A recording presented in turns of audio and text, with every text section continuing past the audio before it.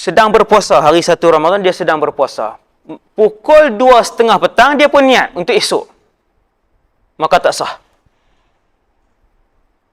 Dia niat mesti waktu untuk sah niat mesti bermula masuk maghrib. Masuk maghrib baru boleh. Sebelum maghrib tak boleh.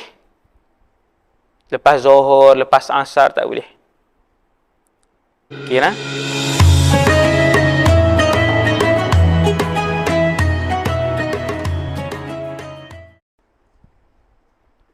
Contoh, hari ni 1 Ramadan. Contoh, hari ni 1 Ramadan. Puasalah, puasa. Sedang berpuasa, hari 1 Ramadan dia sedang berpuasa. Pukul 2:30 petang dia pun niat untuk esok. Maka tak sah. Dia niat mesti waktu untuk sah niat mesti bermula masuk maghrib. Masuk maghrib baru boleh. Sebelum maghrib tak boleh. Lepas zuhur, lepas asar tak boleh. Okey nah? Ataupun dia niat selepas masuk subuh. Selepas terbit fajar shadiq baru dia niat. Pukul berapa? 7.20 pagi.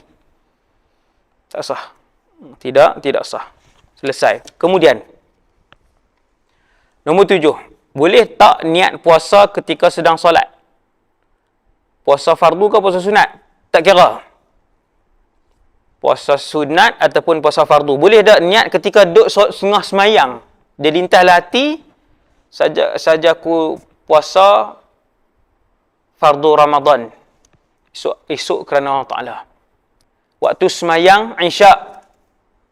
Contohnya, dia tengah semayang Isyak, dia niat untuk puasa Ramadan esok.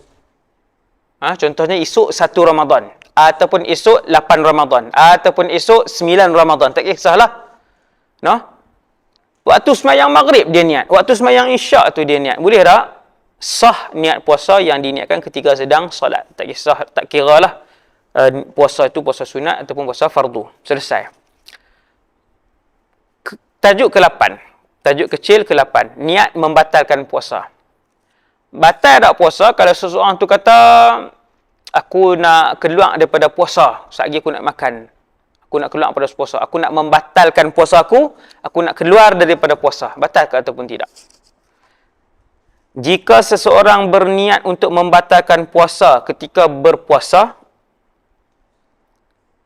dia tengah puasa, pukul 11.30 pagi, duduk tengah puasa, dia kata aku nak batal puasa hari ni. Maka niat itu tidak membatalkan puasanya. Puasa apa ni? Sunat ataupun fardu sama. Niat macam tu tak batal kecuali dia melakukan sesuatu yang boleh membatalkan puasanya. Sampailah dia buat sesuatu yang membatalkan puasa baru batal. Contoh dia ambil nasi, suap, makan telan. Batal. Dia ambil ayak, dia teguk, itu batal. Walaupun dia tak niat. Dalam keadaan dia ingatlah, dalam keadaan dia sedar. Sengaja. Batal. Batal. Okey, jadi seseorang yang berniat untuk batalkan puasa tidak membatalkan puasa dia semata-mata niat. Berbeza dengan solat.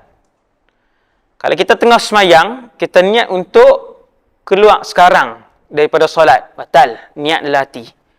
Ia berbeza dengan solat yang jika diniatkan untuk membatalkannya, maka ia terbatal. Ia itu solat. Niat membatalkan puasa, i'tikaf, haji dan umrah tidak membatalkan semua ibadah tersebut. Nah, kalau puasa sama macam umrah, sama macam haji, sama macam i'tikaf. Dia i'tikaf, dia kata aku nak batal i'tikaf. Tapi dia masih duduk dalam masjid, maka tak batal i'tikaf itu. Sampai dia keluar daripada kawasan masjid. Ataupun dia tengah buat umrah, dia kata aku nak batalkanlah buat umrah ni tak jadi lah. Dia tengah tawaf. Maka belum batal. Niat sahaja. Sehingga dia membuat sesuatu yang membatalkan tawaf. Selesai.